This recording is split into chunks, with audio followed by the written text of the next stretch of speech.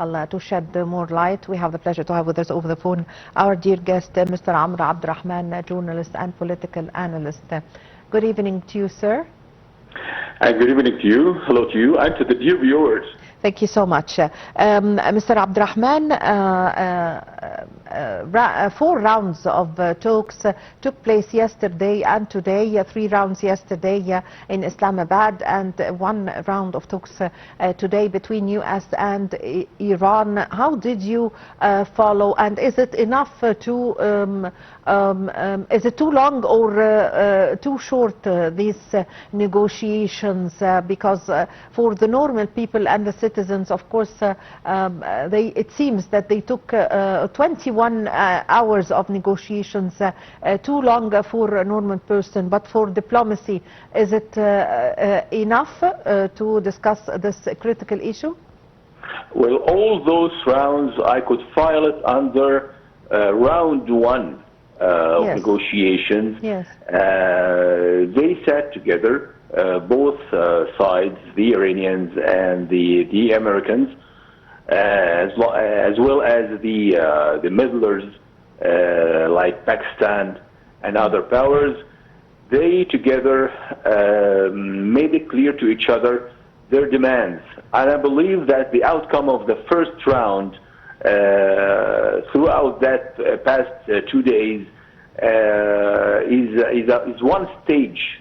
It's each party or each side wants to make it a win-lose situation, because of this concept.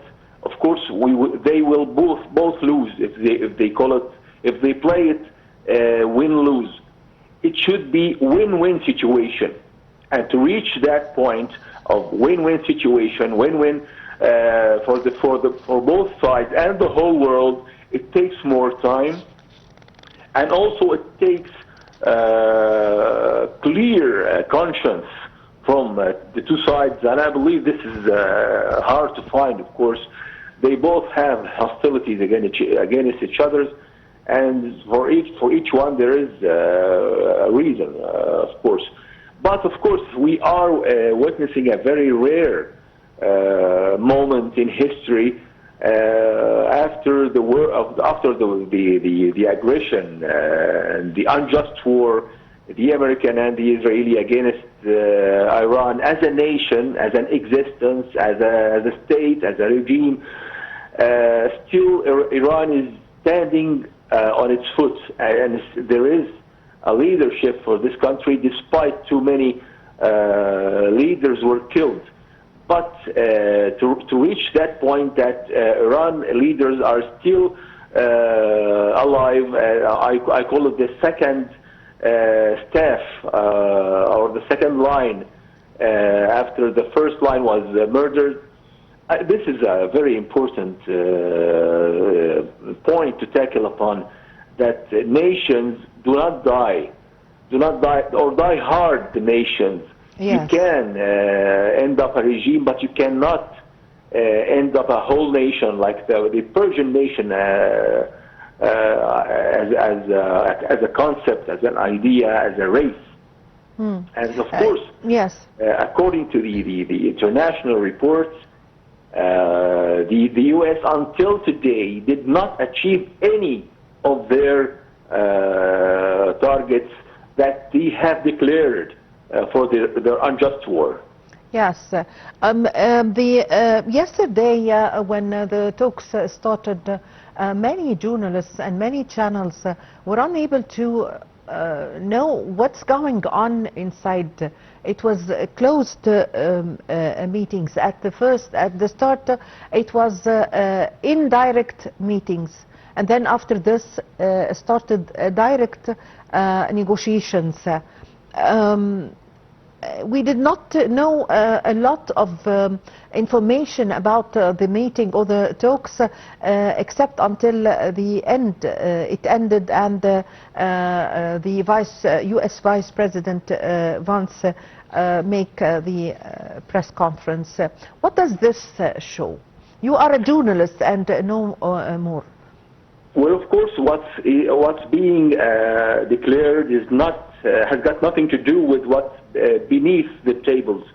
There are lots of secrets and lots of deals could be accomplished between the two sides, but there are red lines for both sides.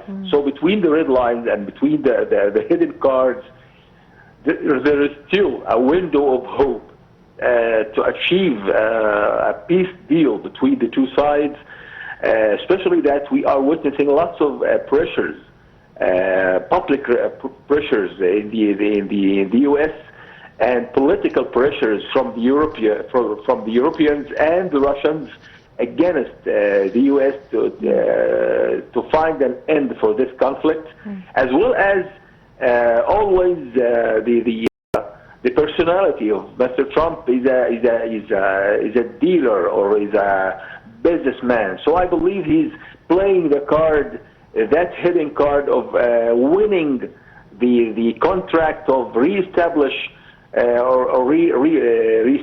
the what was destroyed in Iran as a part of the deal, as well as reaching out a point of a mutual understanding between the two sides, the Iranians and the Americans, concerning the nuclear power and the uranium stock in Iran. Yes, so those are the main cards, whether hidden or declared. Yes.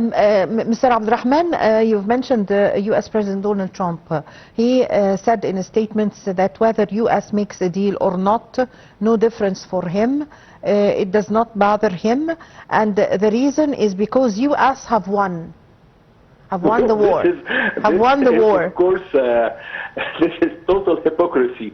And of course, if the Americans has won, how come they are sitting on a table to negotiate?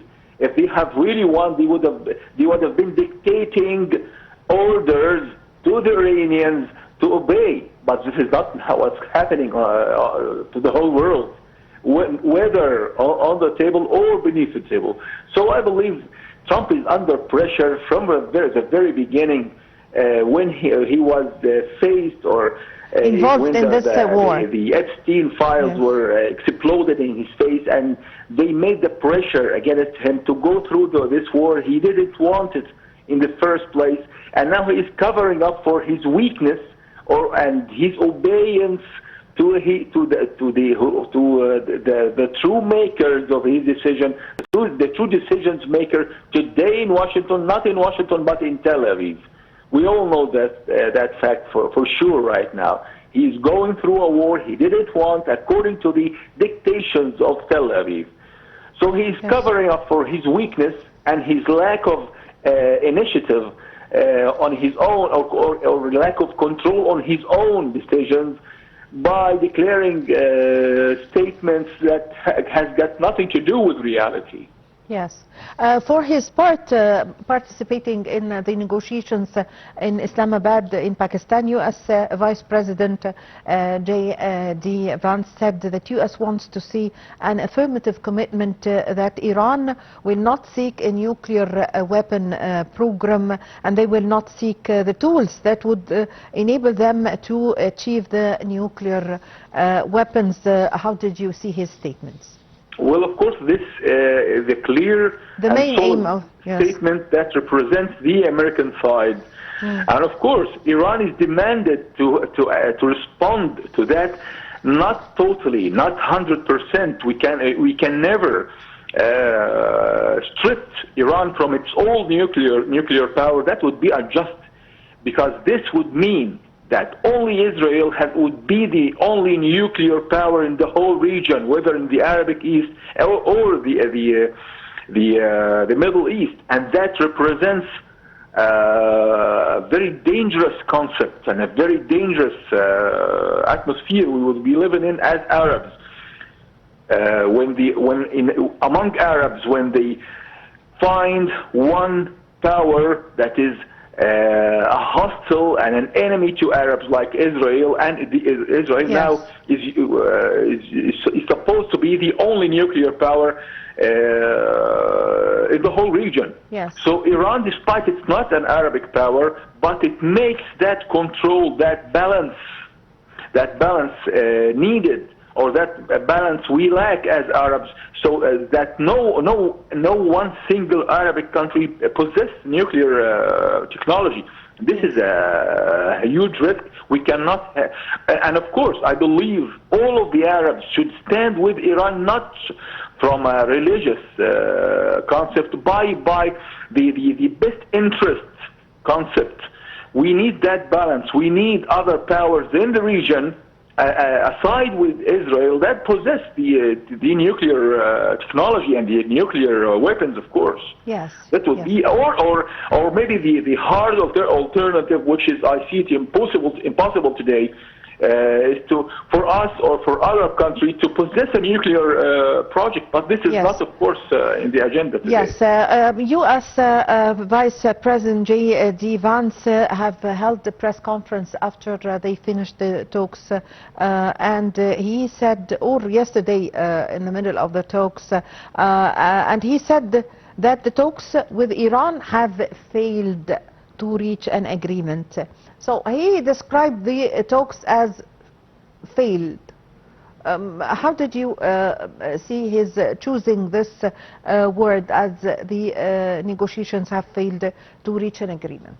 Well, this is the clear and legitimate expression or description for the first round. But until there is hope for another round, yes, of course, we can never call it failure, but we call it a window of hope for the whole world to stop this conflict, because we are all together today in Egypt, in the Arabic Gulf, in the Arabic region, in the Arabic East, in the West, in the East of the world. We are all now in one boat.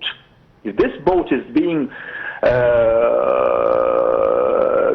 with a hole in it, we will all drown in this sea of chaos and war and blood. Yes, thank you very much for your time. Thank you for your valuable information, Mr. Amr Abdurrahman, political analyst, writer and journalist. We really had the pleasure to have this phone with you.